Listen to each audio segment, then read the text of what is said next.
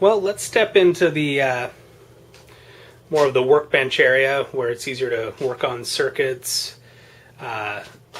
further off from the computer, but it's much easier to work at this bench with the very nice light and tools and whatnot. So we're going to take a look at low power mode. I got the ammeter hooked up to my keyboard circuit here.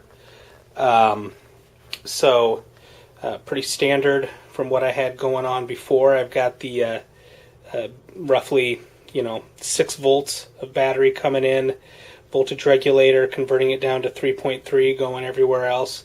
LED shows things are on, speaker hooked up. I've got swapped out the 200 ohm resistor with a 1000 ohm resistor to bring the pull off the audio out to about 2 milliamps.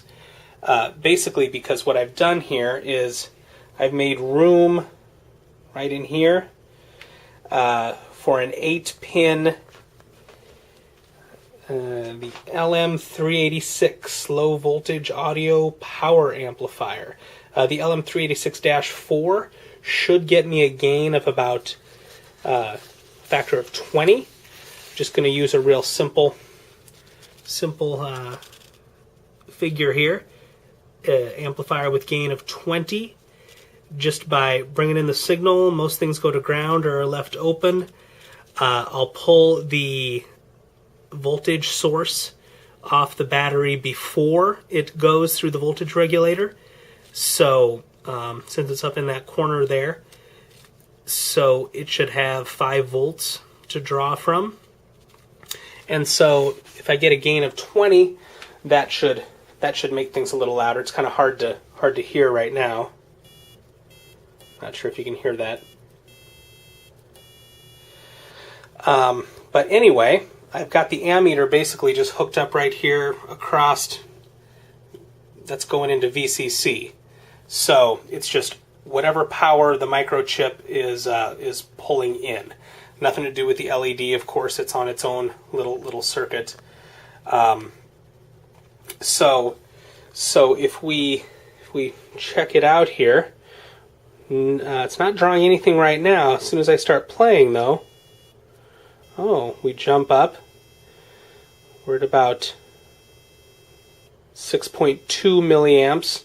If I let off, it drops to, around 5 milliamps, and then it goes to nothing after about 5 seconds. Well, that's I've set low power mode to go into idle after 5 seconds of going through the main loop. We'll cover that more when we get into the program.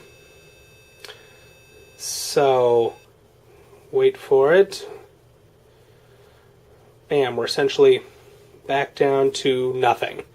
So, to put that into perspective, just all these different power draws, I ran the ammeter just through the LED just to see how much the LED draws, and that came up to about 6.7 milliamps.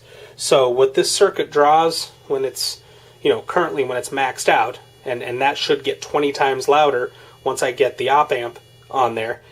The LED, one little kind of anemic looking LED. Let's see here. Let's try to make it look a little better. Oh yeah, all right. No, still it's. Again, I ripped that out of a toy that was broken, so free LED.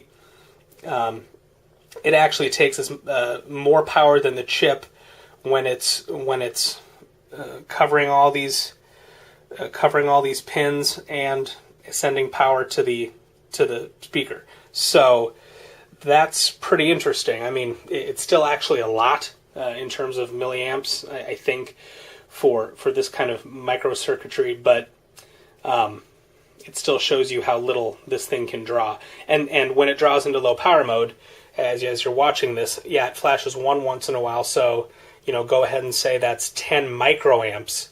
That's even a couple orders of magnitude smaller than anything we're talking about.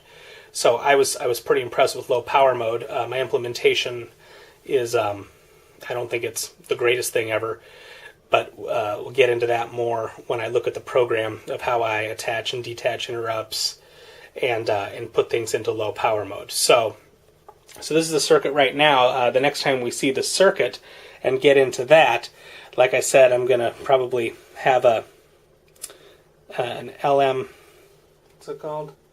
An LM386 in here to give me some gain so that I can keep the draw off my audio out low and still get some pretty loud sound out of this. I think it's like a little 1-watt speaker, also taken from a toy.